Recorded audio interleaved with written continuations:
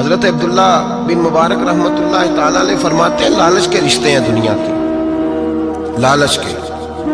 آپ کے انتقال کا وقت آیا تو اماں بڑا رو رہی تھی۔ عبداللہ بن مبارک رحمۃ اللہ علیہ اپنی اماں سے کہنے لگے اماں تو کیوں روتی ہے، تیرے تو اور بھی بیٹے ہیں، تو کو میرے بعد لوارث تو نہیں ہو جائے گی، آخری وقت ہے، نزع کا عالم، اماں تو کیوں روتی ہے، اور بھی بیٹے ہیں؟ تو اماں کہنے لگی بیٹا اور بھی بیٹے ہیں، پر جس طرح کا دھیان تو رکھتا تھا وہ نہیں رکھتے، جس طرح وقت پہ دوائی تو لا کے دیتا تھا وہ نہیں لا کے دیتے، جس طرح تو میرے کھانے پینے کا خیال رکھتا تھا وہ۔ کہنے لگے اچھا اماں اس کا مطلب ہے تو مجھے نہیں رو رہی، تو اپنی ضرورتوں کو رو رہی ہے کہ روٹی کون دے گا، کھانا کون لائے گا، دوائی، میں سمجھا تھا شاید مجھے رو رہی ہے۔ بیوی سے پوچھا تو کیوں رو رہی ہے، تو کہنے لگی تیری وجہ سے میری بادشاہی تھی، تو موجود ہے تو خاندان میں، معاشرے میں میرا ایک وقار ہے، تیرے بعد تو بیوہ کی زندگی ہوگی۔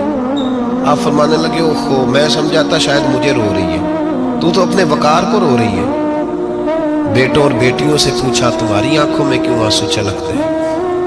کہنے لگے ابا جس پیار سے باپ شادی کرتا ہے دوسرا کوئی نہیں کر سکتا، اور جس محبت سے باپ لا کے کما کے دیتا ہے دوسرا کوئی نہیں دے سکتا۔ فرمانے لگے اوہو میں سمجھا تھا مجھے رو رہے ہو، تم تو شادیوں کو رو رہے ہو، میرے ساتھ تو تعلق ہی نہیں۔ پھر عبداللہ بن مبارک رونے لگے اور پھوٹ کے روئے۔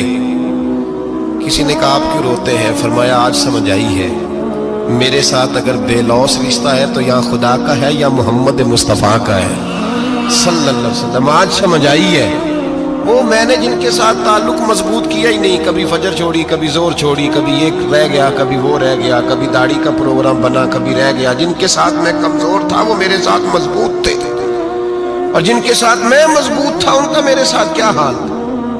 یہ کمزوری ہے رشتوں میں، وفا نہیں۔ ہمیں تو بھائی کام پیارا ہے، چم نہیں۔ بالکل بچے شکایت کرتے ہیں، کہتے ہیں ابا کماؤ پتر سے پیار کرنے لگا ہے، بچے شکوا کرتے ہیں، کہتے ہیں جو آدمی جیب میں زیادہ پیسے ڈالتا ہے ابا جی کا پیارا ہے۔ باپ شکوا کرنے لگے ہیں، کہتے ہیں میں مالدار ہوتا تو میرے بچے بھی فرما بردار ہوتے۔ رشتوں کو روح کا رشتہ بنائیں، وفا کا رشتہ بنائیں، وفا کا۔ کتے کا ذکر قرآن پاک میں آیا ہے، اس لیے آیا ہے کہ اس نے اللہ کے ولیوں سے وفا کی تھی، اسی آیا ہے کہ اس نے اللہ کے ولیوں کے ساتھ وفاداری کی، وفاداری کی تو اللہ نے اس کا ذکر قرآن